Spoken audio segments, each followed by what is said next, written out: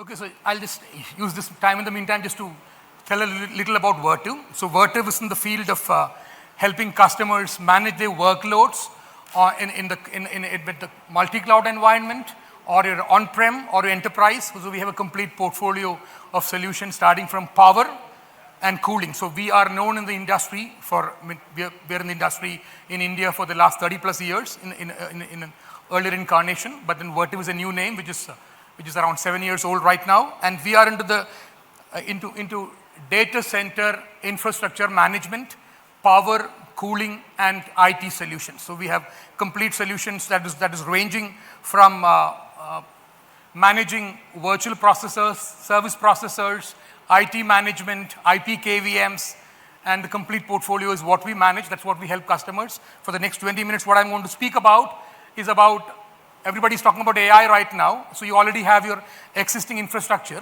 which you have already built over the last several years. How do you manage that for the new workloads that's going to come here? So let me ask you a question right now. How many of you right now here are managing AI workloads in your data center? You may be having a multi-cloud environment, you may be having on-prem enterprise, but how many of you right now here are managing AI workloads in your data center? Okay. How many of you think in the next, that's very less number of hands, but the next 1 or 2 to 3 years, how many of you think that you will have AI workloads in your data center? So that's more number of hands. So that's exactly the space that we operate in. And we help customers retrofit their existing infrastructure and also help new build infrastructure so that you can actually manage your workloads in a better way. And 22% of data center workloads, as per an Omdia and an Dell Oro research, in the next 4 years, 22% of workloads in data center will be AI workloads. So that's what research talks about. Okay. The world depends on data we power and cool. From a simple swipe to life-changing medicines, from push notifications to generative AI. Where there's data, there's Vertiv, powering its potential. From pioneering precision cooling to Vertiv's global leadership in critical infrastructure. From the era of mainframe to the dawn of virtualization. From your data center to the cloud. Vertiv has been powering and cooling data's potential for over 5 decades. And the more data created, the more Vertiv technology is needed. From supercomputers powering artificial intelligence to modular data centers enabling fast-track deployment, we're powering the potential for tomorrow's breakthroughs. Vertiv's scale and innovation is accelerating the industry. From empowering what data needs now to cooling where data goes next.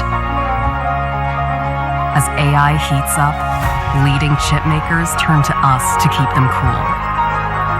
What's next?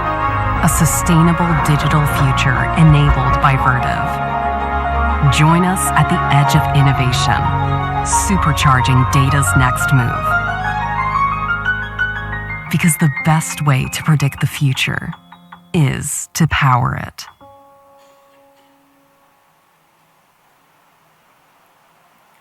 Okay, so for the next 20 minutes, I'll try to talk about data center trends, AI and its impact on IT infrastructure, some challenges that we're facing today, and how does Vertiv help you in terms of mitigating it. So Vertiv did a research, and this is what our internal research says. The next 3 big trends that we see is the new builds and retrofits. You've already made infrastructure. How do you make it high performance computing and AI ready? And everybody here has raised a hand. In the next 2 years or so, we will have to upgrade our infrastructure so that it can handle high performance workloads. So the new options include ready-made old brick and mortar technology, as also the prefabricated modular containers. So that's all the solution that we will have to get into. The next one is about the death of diesel generators. So that's not a sustainable solution. There's a lot of talk about sustainability, and then we'll have to get rid of the diesel generator thing. So we'll have to talk about battery energy solution, storage solutions, and bring your own power model. So that's what we see as the next big trend. And the third one is flexibility. So when it comes to flexibility, you have existing workloads, something like 4 to 6 to 8 kilowatt per rack, but that's actually moving. Hyperscalers already moved to 10 to 12 kilowatt per rack, and then we're talking about 20 plus kilowatt, and we're actually doing projects where customers are talking about 35 to 40 to 45 kilowatt per rack with some Indian customers. And we're also working right now on a project where the requirement is 120 kilowatt per rack. So that's the kind of migration and the progression that we're seeing in the data center industry. So how do we get there? How do we become flexible? How do we ensure that what we've already built can be retrofitted to the new requirements and the new kind of AI servers that we're seeing across? So AI and its impact on the IT infrastructure, it's not just about AI alone, it's also about high performance computing. So everyone is talking about AI, but how does AI matter to you? So that's very important, and I've already done the survey here. Everybody here knows that it's going to be important, and it's coming faster that we can think about in the next 2 to 3 years. And that was what shown in the previous session, so also that this is going to be the thing that's coming at a faster momentum. So AI is here, and it is here to stay. It will transform our lives, it will transform our business, and in our case, it will transform the infrastructure that you currently have. So it will transform the infrastructure, and that's exactly the space that we play. So from Satya Nadella to Google to Sundar Pichai, they're all talking about how AI is going to change, how it is going to contribute to the world GDP in terms of the overall number and also percentage points. So the game is changing. Are we ready for it? So there are use cases of AI right now in consumer research, in conversion rate increases, in biopharma, in research and timeline reduction, and in insurance, in customer service cost optimization. So every industry they're talking about. I was just with a customer, an Indian very famous FMCG customer a few days ago, and then they were talking about 300 SKUs, 300 products, and so many number of SKUs. So how do you manage all that? So that's one of the biggest challenge, and they are actually looking at AI workloads right now on the data center to deal with these challenges. So accelerated AI, IT is changing the game. So as of today, we did a survey, and Uptime Institute did a survey for us, and we say that 75% of workloads are still in the range of something like lesser than 20 kilowatt. So your rack, 20 kilowatt IT load is what is currently having, but then right now, 25% of the load is more than 20 kilowatt. But IT managers are agreeing that this adoption is becoming much faster. The adoption is going to be in a rate of 16%. That is what rapidly increasing is what customers in the colo and the cloud sector are telling us. Colo sectors are telling us 30%, and enterprise customers are telling us 20%. 20% of the believe that it's going to rapidly increase. The cloud, the AI adoption is going to rapidly increase. So rack density is increasing. So what we're telling right now is we are in the range of around 6 to 10 kilowatt right now, but it's going to become 3x. 3x is for hyperscale colo providers, 5x for colocation service providers, and 5.3x, for enterprise, 5x, and 5.3x for hyperscale colo service provider, colocation service provider. So that's the kind of, so which we're talking about 6 to 8 kilowatt in terms of, that is going to change to 40 kilowatt per rack. And it's going to bring in huge challenges, huge complexity, both on the power side, cooling side, IT management, and including the civil structure itself. And we'll talk about that. So when we talk about AI, these are the kind of challenges that is in front of us, standards and certainty. I'll just give you one simple example. Everybody is a plumber. Everyone in the data center is a plumber. What I'm trying to tell you is we are right now doing liquid cooling, wherein the chip is cooled by liquid which goes right up to the chip. And there is pipeline, there is water, there is manifold, there is solution, there is dielectric, and all that is going up to the chip to cool it. The chip gets cooled and it like sweats, and then we remove the sweat, it gets coolant distribution, it comes back chip again. So IT managers who were all along thinking the facility guy is going to manage the cooling and power will actually have to now get into, because facility and IT, the blur is now reducing, it's thinning. And then finally, we have got cooling straight direct to the chip, which is what liquid cooling is. So these are the kind of challenges. So IT and facility can't be separate now, they will have to be merged. So higher density of racks becomes, a lot of complexities. It's a very dense chart. I'm not getting into the details of it. But what I want to tell is, for example, this simple rack, which, for example, if you take one GPU server, which is around, I was reading just DGX 100 of NVIDIA, is 130 kgs, okay? So you just put 7 of those servers, and it's all its paraphernalia in terms of network and storage and other stuff that goes into it. This one single rack is going to be 1 ton, okay? And that's approximately one DGX is around 11 or 12 kilowatt. That means you put 7 of them, 80 kilowatt. But you can't put more than that because there's a physical limit to which a rack can be loaded. We do have racks which we can do up to 1,500 kilograms per meter square. That's what we have racks. But then it's a civil structure. Is a civil structure ready to take care of such kind of loads at high density? So these are the new challenges which AI and high density is bringing to us.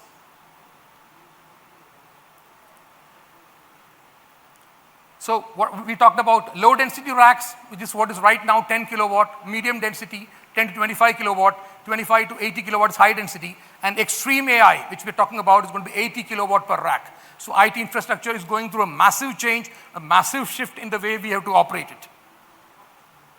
So that's where we play into. So we will help you with the right cooling technology. So we have all kinds of technologies, starting from perimeter cooling, which is air cooling.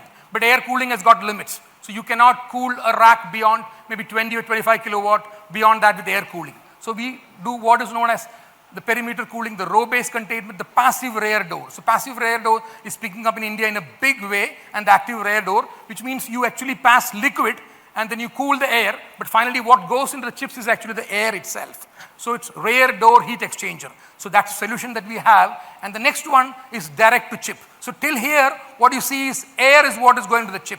But the next level is direct to chip, wherein we're talking about to the chip we actually pass liquid and then cool the chip and take out all the heat load like sweat that comes on your forehead, and then recirculate it back to the chip again. We've actually done projects in India right now with some customers, mainly in the government sector, wherein there are such kind of high density loads, and we use this. And the next one is immersion cooling.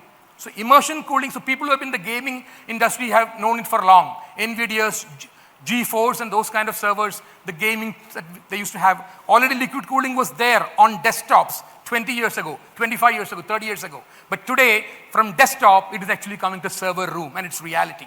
And the next one is immersion cooling, where we've done projects with customers in India, wherein actually servers are dipped in dielectric liquids so that they can get cooled, and that's a complete portfolio of products that we have for immersion cooling, where it is not just passing liquid to the chip, but actually dipping servers, the full server, in the non-conductive dielectric liquid.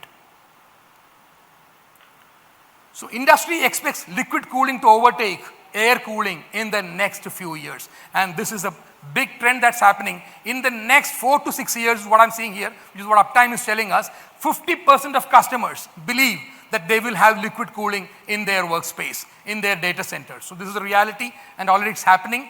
And also liquid cooling has a lot of advantages. The heat absorption is much, much better. So 95% is heat removal, heat recovery, efficiency for liquid cooling, and 40% is lower power consumption. And it's also good to the environment, because liquid cooling, as per NHP's research, liquid cooling can save you something like $2 million per year on 10,000 servers.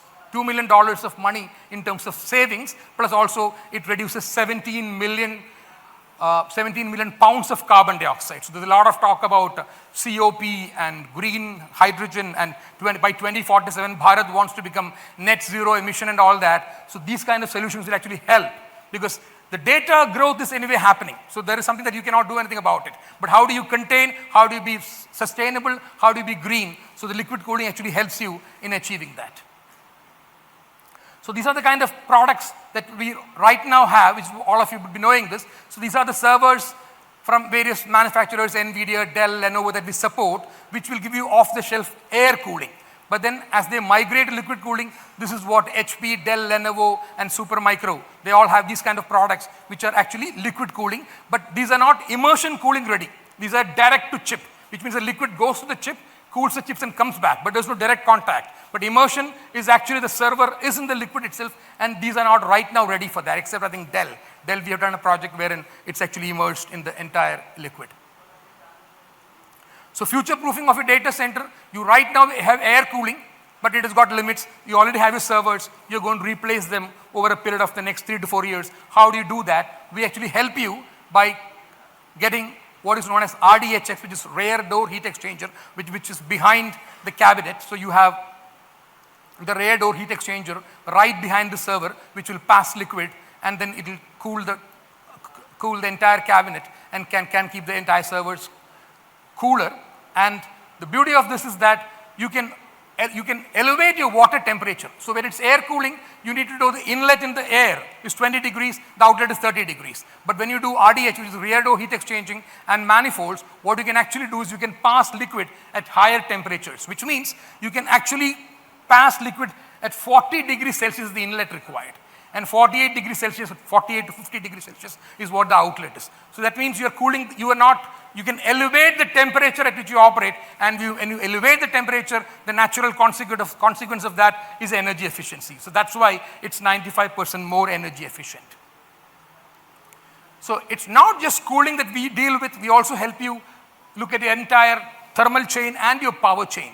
So the current power chain that is there in a data center, starting from the grid to the chip, is not probably ready enough to take care of the new workloads. So how do you retrofit them? How do you change that? So we help you in terms of higher ampere busway, remote panels, rack PDU. So it's from grid to the chip. That is what the power side is, and from the chip to the atmosphere. So that's what we are into. From the grid to the chip, the power part of it, and from the chip to the atmosphere, the cooling part of it, that's what we play, and that's what we help customers. So AI is expected to accelerate energy consumption. So what they tell is 460 trillion watt hours, terawatt hours. Tera is 10 to the power of 12. So data centers currently globally use around 2.7 to 2.8%, take 1 or 2% here and there, maybe a 0.1% here and there. That's what the total wattage consumption, terawatt hour consumption of data centers globally is. And as per the Department of Energy in the United States, 10% of global power usage by 2030 is going to be data centers. Whether it is multi-cloud environment, on-prem enterprise, for the 180 zettabytes of data sphere that IDC is talking about to manage all that. And that's only by 2026. By 2030, it's going to be maybe 3 times of that. So from 460 terawatt hours to something like 1200 terawatt hours in the higher forecast, 800 terawatt hours is what the data center power usage. And that's huge.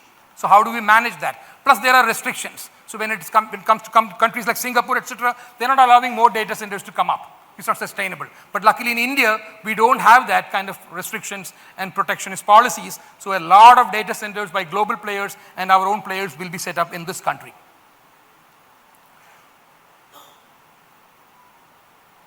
This is Jensen Huang, the CEO and founder of NVIDIA, which is in the news today because it's just crossed the $1 trillion market cap globally. And the world is transitioning from general purpose to accelerated and AI computing. Compute density and therefore power density are increasing incredibly. Every aspect, from computing, networking, and software, are all groundbreaking computer science. The data center infrastructure is also incredibly complex. The most advanced cooling and power technologies are essential. Vertiv is the world leader. We've enjoyed a great partnership with Vertiv for many years, and our collaboration is growing in leaps and bounds as every industry and region invest in building AI factories at enormous scales. Our partnership with Vertiv is more important than ever. I want to congratulate Giordano and Vertiv on an extraordinary year. This is just the beginning of great things to come as we partner to put AI in the reach of every company and industry.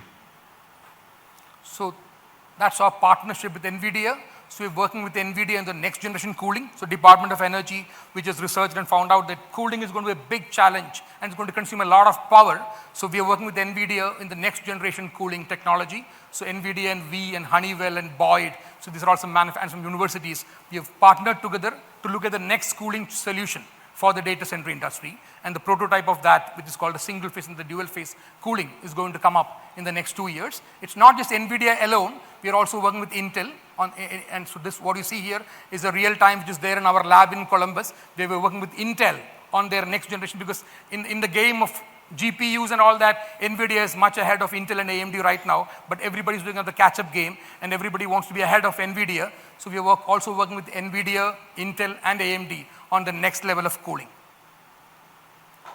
So I talked about it before, but I still have 2 minutes more. So a little about Vertiv at a glance. So we are a global company with a turnover of $7 billion, that is our annual revenue in 2023 was. We've got 27,000 employees globally. We have 22 factories, and we have factories in India, in and around Mumbai and Pune. We have got 3,500 service engineers globally, and out of which 1,500 service engineers are in this country.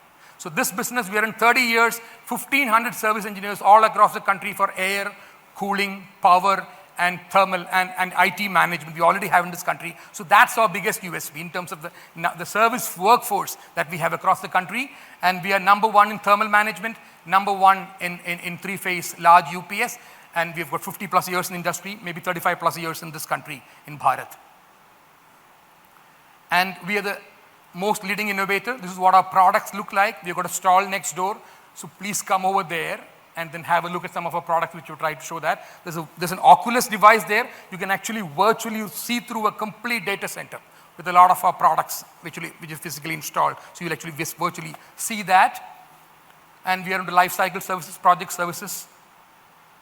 And this is the last slide on my deck, maybe the second last. So this is about how a data center looks like. I just want to talk about a little bit about this. So this is about our hyper-converged physical infrastructure, which means network, storage, server, all delivered, pre-delivered from our factory in Mumbai, which means you want a data center with 35 kilowatt load, you just have to plug in servers. The rest of it is completely done by us. We just put everything for you: fire suppression, access control, asset tracking, IT management. Everything is pre-built into it. You would just go there, deploy it, get your servers, put it. It's a data center ready to run with the lowest deployment time. So this is for data centers. We can go up to 30, 40, 50 racks depending upon what you want to do. And for larger ones, we have the full data center design and build practice. And I want to end up saying that if you're coming over to Mumbai, these are our factories in Mumbai. In Pune, Chakan is a brand new factory completely for cooling. And Ambernath is the factory for where we make power solutions. We have globally, just in India alone, we have a large presence. And that's what a little bit about Vertiv. And that's it. Thank you very, very much.